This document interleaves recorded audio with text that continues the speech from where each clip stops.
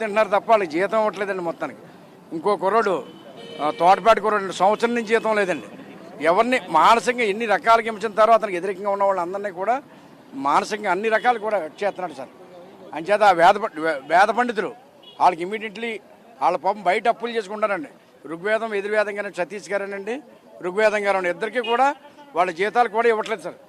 అంచేత దయించి ఇక్కడి నుంచి ఇమీడియట్లీ పంపించి ఎంక్వైరీ చేయాలి సార్. అది ఏంటి ఏం మాట్లాడతారు? భీమేశ్వర ఆలయంలో భక్తులకి ఎలాంటి సౌకర్యాలు ఉన్నాయి? సౌకర్యం జరుగుతుందండి. నిలువుదోపుడు వచ్చిన అందరూ ఎడితే వెళ్తున్నారండి.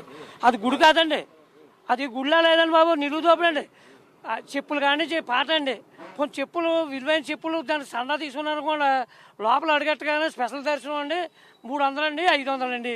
లోపలికి వెళ్ళగానే చెడగోపురం పెట్టాలంటే దక్షిణ ఎత్తారు, చెడగోపురం లేదా లేదు. ఆ పంతులు గారు ఏమో ఏమన్నా చెప్పాలంటే కూడా ఫాలోయింగ్ అండి. నిలువుదోపుడు అండి. దేవాలయాలే లేదండి, పట్టించు నాదులు లేడండి. స్వతంత్రం వచ్చి నాలు ఏడిచినా ప్రపంచం ఏమీ లేదండి. ఏమైనా కాగితాలు పెట్టామనుకోండి ఏడుతున్నారండి. ఏమని వీడి పిటిషన్ పెడతాడు, వీడికి ఇదే ఉద్యోగం అని ఎక్కడ దోషి తినేస్తున్నారండి. నిలువుదోపుడు తప్పించి ఎక్కడ ఏమీ లేదండి. ఏమండి చెప్పండి, అసలు మీ భీమేశ్వర ఆలయంలో ఇంత అవినీతి ఆరోపణలు వస్తున్నాయి, గతంలో ఎప్పుడన్నా ఇలా విన్నారా? ఈవో వచ్చిన కానీ ఇట్లా ఉందా? ఏంటి పరిస్థితి? నేను ఇక్కడికి వచ్చండి 30 సంవత్సరాలు అయిందండి. నేను ఇక్కడికి వచ్చి ఇంతవరకు ఎప్పుడు ఇలాగే చూడలేదండి. ఈ స్టాఫ్ని 5 సంవత్సరాలు ఒకసారి మార్చండి బాబు అని ఎన్నిసార్లు నేను హైకోర్టు కూడా వెళ్ళండి. గత 2019లోని వెళ్తే నాకు తోట తిరుమతులు గారు గట్రా ఆయన ఉండగా చాలా సపోర్ట్ చేశారు, బాగా చేశారు. ఆ కొట్లు కూడా మాకండి ఇక బతకడానికి 11 మందికి కనీసం భూమి ఉంటే అది ఏక చెట్లు వేయించుకుంటారా వెళ్తానని చెప్పి ఆర్థికంగా పాపం ఆయన తోట తిరుమతులు గారు మాకు నిలబెట్టి మా అందరికీ అన్నం పెట్టాడండి ఆయన. అండ్ అలాంటి వాళ్ళు మర్చిపోకూడదు. అలా తర్వాత ఇప్పుడు సుభాష్ గారు మా బాధ ఇవ్వండి అని బాబు చెప్పుకుంటే వెంటనే స్పందించి దీని మీద ఎంక్వైరీ చేస్తానమ్మా, మీరేమి కంగారు పడవద్దు, బాధలు పడవద్దు అన్నారండి. తర్వాత ఈ గ్రౌండ్ సార్ గత సంవత్సరం మీద పాట పాడుకున్నానండి నేను. గత సంవత్సరం వాళ్ళు 50 రూపాయలు చిన్నకారుకి ఇచ్చుకుంటే నాకు చిన్నకారుకి 40 రూపాయలు చెప్పిన తీసుకోవాలని చెప్పి అని చెప్పండి. తర్వాత ఒప్పుకుని దానికి ఖర్చులు కూడా ఇంత అవుతుంది, 20,000 రూపాయలు అవుతాయని చెప్పి నా దగ్గర తీసుకున్నారు సార్. నేను ఆ డబ్బులు మన 3 నెలలు మూసేస్తే గుడి ఆ డబ్బులు నెలకు 10,000 చెప్పిన ఇవ్వలేదని చెప్పి బోర్డు పెట్టారు సార్. అక్కడ 20 రూపాయలు బోర్డు 13 లక్షలు పాడి నేను 20 రూపాయలు కారుకి ఎక్కడ తెచ్చి కడతానండి? అది కూడా దానికోసం మా మంత్రి గారికి చెప్పానండి. మంత్రి గారు చెప్తే బాబు అదేం కట్టలేవమ్మ, నువ్వు రావు, సరే అంత డబ్బు నువ్వు కట్టలేవో రాదు, నేను చెప్తాను ఆయనతోటి మా యువ గారితో ఇవన్నీ కూడా నువ్వు చూపించినండి కరెక్టే అని చెప్పి నేను మాట్లాడతానని చెప్పి నన్ను పంపించారండి ఆయన సుభాష్ గారు. చూపించింది సార్ ఈ 3 ఇవ్వండి. గత సంవత్సరం 9 లక్షలు సార్. గత సంవత్సరం 9 లక్షలు సార్ పాట. గత సంవత్సరం పాట 9 లక్షలండి. గత సంవత్సరం ఇచ్చుకునే వాళ్ళు అండి ఈ డబ్బులు. చింతపల్లి ప్రసాద్ అని పాట పాడుకున్నాడు, నా కుర్రాడు ఇచ్చుకునే రేట్లు అండి. తర్వాత సార్ నేను పాట పాడిన తర్వాత ఇచ్చుకున్న రేట్లు సార్ అవునండి. ఇప్పుడు యువ గారు నేను ఆ డబ్బులు కట్టాక ఎత్తలేదని చెప్పి కొత్తగా ఇది పెట్టాడండి, ఈ బోర్డు పెట్టారండి. ఎవరో ఈనాడు పేపర్ ఆయన ఒక ఆయన 2 కార్లు తీసుకుని వస్తానండి, ఆయన దగ్గర మేము డబ్బులు వసూలు చేసామని చెప్పి కోపంతో ఆయన పేపర్లు వేస్తే ఆయన ఆసరా చేసుకుని నా మీద కక్ష సాధించానండి. మళ్ళీ ఈయన బోర్డు పెట్టి ప్రతిరోజు కూడా ఏదో గొడవలండి మాకు ఇక్కడ. ఇప్పుడు చెప్పండి, ఇప్పుడు అంటే మీ దగ్గర కమిషన్ డబ్బులు చెల్లిస్తే తప్ప మీకు చేసుకునే అవకాశం ఇవ్వట్లేదు? ఎత్తలేదండి. అంటే ఆ బోర్డు తీయాలంటే నువ్వు మినిస్టర్ గారి దగ్గరికి వెళ్ళు, ఇలాగెళ్ళు, నేను తీయను, నువ్వు ఎలా వెళ్ళి చెప్తావు, నా డబ్బు నాకు కట్టంటాడండి. ఎక్కడ తెచ్చి కడతాను సార్ నేను? రథానికి 3 నెలలు ఆపేసిన దానికి 4 నెలలు సార్ ఆపేసిన దానికి నేను కట్టలేనండి, రూపాయి కూడా కట్టలేనండి. 4 నెలలకి అజిస్ట్రేషన్ చేస్తానని మంత్రి గారికి చెప్పుకున్నానండి.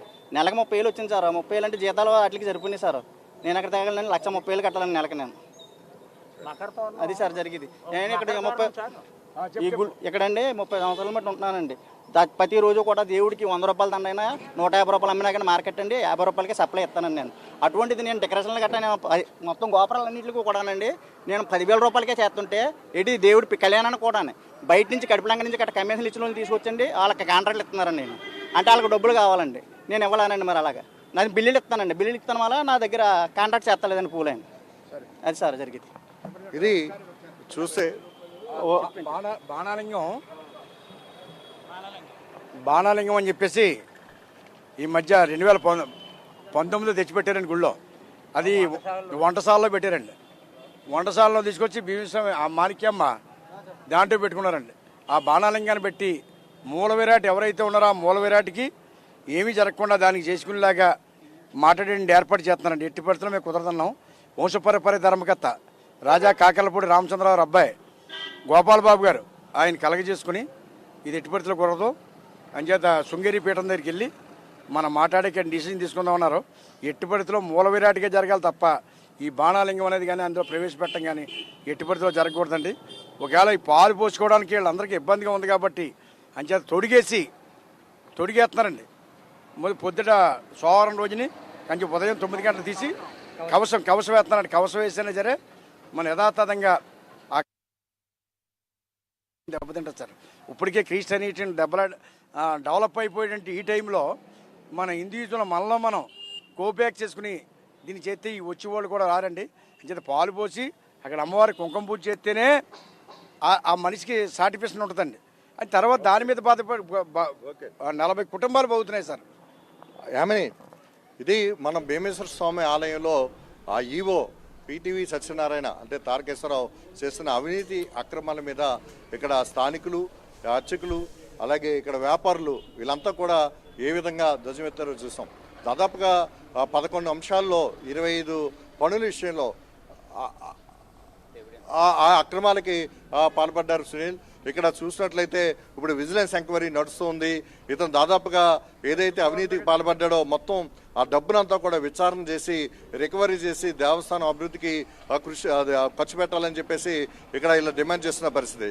అదే ప్రతి పనికి కూడా ఇక్కడ కమిషన్ లేకుండా ఈవో పని చేయటం లేదు. ఒక 3 అధికారుల్ని లోపల తన గుప్పిట్లో పెట్టుకుని మొత్తం అంతా నడిపిస్తున్నాడని చెప్పేసి కూడా వీళ్ళు ఆరోపిస్తున్నారు. ప్రధానంగా ప్రతి 5 ఏళ్ళకు ఒకసారి ఈ దేవస్థానంలో ఉన్న సిబ్బంది కానీ అధికారులు కానీ మార్పు జరుగుతూ ఉంటే ఇక్కడ డెవలప్మెంట్ బాగుంటుంది, భక్తులకి మంచి సేవలు అందుతాయి అనేది అభిప్రాయాన్ని కూడా ఇక్కడ భక్తులు స్థానికులు వ్యక్తం చేస్తున్న పరిస్థితి కనిపిస్తుంది. అదేవిధంగా మరోవైపు చూసినట్లయితే కొత్తగా ఇక్కడ రథం తయారు చేశారు. ఈ రథాన్ని ఏ విధంగా తయారు చేస్తారు అంటే అది శిథిలమయ్యే దిశకి చేరుకుంటే తయారు చేశారా, లేకపోతే మళ్ళీ కొత్తది పునర్నిర్మాణం కోసం చేశారా, ఈ కమిటీ ఎవరు సిఫార్సు చేశారా అనేది లేకుండా చేయడం వల్ల అది పచ్చికర్రతో చేసి దాన్ని మొన్న ఉత్సవాలకు ఉపయోగించారు. అయితే అది సక్రంగా లేదు, దాంట్లో పెద్ద అవినీతి జరిగిందని చెప్పి కూడా ఇక్కడ వీరు ఆరోపిస్తున్న పరిస్థితి ఉంది. అదేవిధంగా దాతలు ఇచ్చిన ప్రతి అంశాన్ని పూలు కావచ్చు, కొబ్బరికాయలు కావచ్చు, లేదా ఇంకొక ఇది కావచ్చు, ఈ దాతలు ఇచ్చిన మొత్తం అన్నిటికి కూడా మళ్ళీ కొత్తగా బిల్లులు తయారు చేసి డబ్బులు డ్రా చేస్తున్నారు అధికారులు అని చెప్పి కూడా ఇక్కడ వీళ్ళు ఆరోపించిన పరిస్థితి. ఏదైనా శ్రీరామూర్తి అయితే ఇంత ప్రాచుర్యం కలిగినటువంటి ఆలయానికి, ఇంత ప్రసిద్ధిగాంచినటువంటి ఆలయానికి సంబంధించి ఇంత అవినీతి జరుగుతుంది అనేది ప్రజలు గగ్గోలు పెడుతున్నటువంటి పరిస్థితి చూస్తున్నాం. ఇంత జరుగుతున్నా కూడా అధికారులు ఇంకా నిమ్మకు నీరెత్తినట్లు ఉండడానికి కారణం ఏమనుకోవచ్చు? ఇంతకాలం జాప్యం జరగడానికి కూడా ఆంతర్యం ఏంటనుకోవచ్చు? అంటే సునీల్, ఇంత గతంలో ఎవరైతే ఈవో ఉన్నారో ఈవో ఇక్కడ మంత్రి గత వైసీపీ ప్రభుత్వంలో చూసినట్లయితే వేణుగోపాలకృష్ణ ఇక్కడ ఎమ్మెల్యేగా ప్రాతినిధ్యం వహించారు. అదే సమయంలో మంత్రిగా కూడా పనిచేశారు. అయితే ఆయన అడుగు జాడల్లో నడుస్తూ ఇక్కడ ఈవో పనిచేశారు. అదే ఇది ఇప్పుడు కొనసాగుతున్న పరిస్థితి ఉంది. అయితే ఇక్కడ మొన్నటి ఎన్నికల్లో తెలుగుదేశం పార్టీ కూటమి విజయం సాధించింది. ఇక్కడ వాసుండేటి సుభాష్ చాలా అత్యధిక మెజార్టీగా గెలుపొందారు.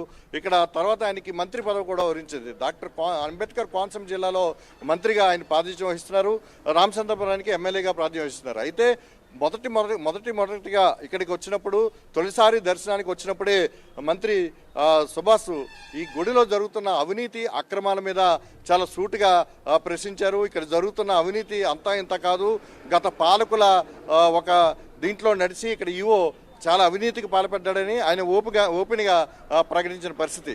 అప్పటి నుంచి కూడా ఇక్కడ విజిలెన్స్ ఎంక్వైరీ చేసి నేను మొత్తం దర్యాప్తు చేస్తాను, ఈ వ్యవహారాలన్నీ కూడా బయటికి లాగిన తర్వాత ఈయన ఇక్కడి నుంచి పంపిస్తానని చెప్పి కూడా ఇక్కడ మంత్రి సుభాష్ ఇక్కడ ఉన్న స్థానికులు కానీ భక్తులకు కానీ ఇక్కడ కలిసినప్పుడు ఆయన హామీ ఇచ్చిన పరిస్థితి. దానిలో భాగంగానే 2 నెలలు తిరగకుండానే మొన్న 9వ తారీఖున ఇక్కడ విజిలెన్స్ అధికారులు వచ్చారు. విజిలెన్స్ అధికారులు ఇప్పుడు ఏదైతే దేవస్థానం గెస్ట్ హౌస్ ఉందో అక్కడ గెస్ట్ హౌస్ దగ్గర ఉండి ఈ విచారణ చేపట్టారు. ఎక్కడెక్కడ ఎలాంటి డబ్బులు దుర్వినియోగం చేశారు, ఏ కార్యక్రమాలు ఎలా చేశారు అని విచారణ చేయడంతో పాటు ఇక్కడ స్థానికుల నుంచి కూడా ఇప్పుడు ప్రస్తుతం ఫిర్యాదులు కూడా స్వీకరిస్తున్నారు. వాళ్ళు ఇచ్చిన ఫిర్యాదులకి సాక్ష్యాలను కూడా అడుగుతున్నారు. ఇలాంటి పరిస్థితులు ఇంకా కొనసాగుతున్నాయి. దర్యాప్తు ఇంకా కొనసాగుతుంది. ఇక్కడ ఆర్జేసీ ఏంటంటే ప్రాంతీయ ఉప కమిషనర్ దేవాదాయ శాఖకు సంబంధించిన సుబ్బారావు కూడా వచ్చి ఇక్కడ ఈ కమిటీ వచ్చిన విజిలెన్స్ కమిటీ వచ్చిన రోజునే ఇక్కడ పరిశీలించి వెళ్ళారు. మొత్తం అంతా కూడా ఆ రోజు కూడా ఇక్కడ స్థానికులందరూ కూడా మనం ఇంతకుముందు విన్నాం, వాళ్ళ ఆవేదన ఏదో విన్నాం. అంటే ఇక్కడ ఈవో సత్యనారాయణ ఏ విధంగా వ్యవహరిస్తున్నారు అనేది వాళ్ళు స్పష్టంగా చెప్పిన పరిస్థితి ఉంది. కేవలం ఇక్కడ పార్కింగ్ ప్లేస్లో సాధారణంగా ఇక్కడ డబ్బులు ఎక్కువ వసూలు చేస్తారనేది ఆరోపణలు ఉంటాయి. అలాంటిది ఇక్కడ పాడుకున్న పాటకి నిర్దేశించిన డబ్బుల కంటే లంచం డబ్బులు తక్కువ ఇచ్చారని కాబట్టి